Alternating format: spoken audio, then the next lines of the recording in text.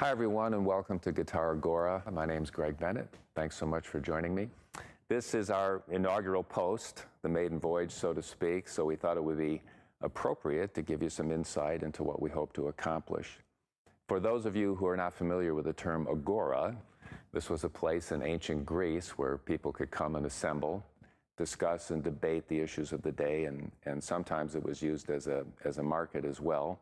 In general, what we hope to do is create a gathering place, a place for people who love guitar, and whether that is an all-consuming life passion, or you're an enthusiast, or a weekend warrior, or maybe you just use the guitar to escape the challenges of modern life, whatever level or degree of involvement, this will be a fun place where you can come, learn about guitar and the people that have chosen to make this instrument such a significant part of their lives.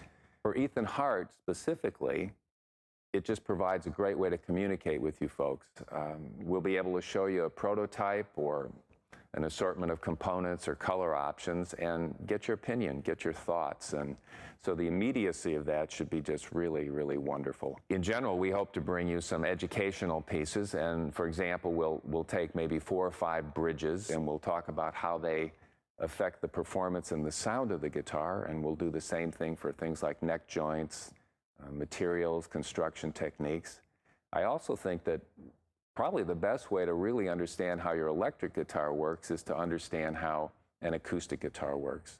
And really the purpose of this segment will be to give you a level of comfort, a level of knowledge, where you'll be able to walk into a music store and see a guitar on the wall and know, because of the string path geometry, the materials, the construction technique, and the components, you'll know how that guitar will perform to a fairly accurate level before you even take it off the wall.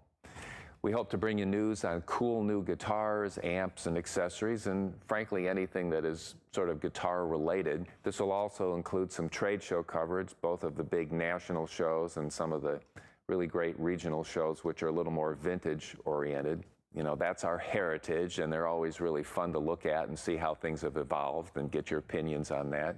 We also hope to do some segments on restoration, looking at an instrument that is maybe in not the greatest shape, and do a sort of a time-lapse segment on the process of bringing that back to life. We're going to do a lot of interviews, and this will include people inside and outside of the industry, so obviously players and industry people. It could also include race car drivers or sports figures that love guitar, and God help us, maybe a politician or two. And most of these interviews will be structured sort of like a day in the life. What is it like to be a staff writer in Nashville? What is it like to be a studio musician? What is the typical day for a guy who's a guitar tech on the road for a rock star? And always really focusing on the human side of that. What drew you into this industry? What is it about it that continues to drive your passion and your interest? We'd like to do some factory tours. I'm not sure how many I can promise, because to say our industry is a trifle competitive would be an understatement. The Taylor factory always comes to mind, because I really think those people almost single-handedly drag this industry kicking and screaming into the use of modern fixtures, computer-controlled routing systems, ultraviolet light for curing finishes, and even the use of lasers.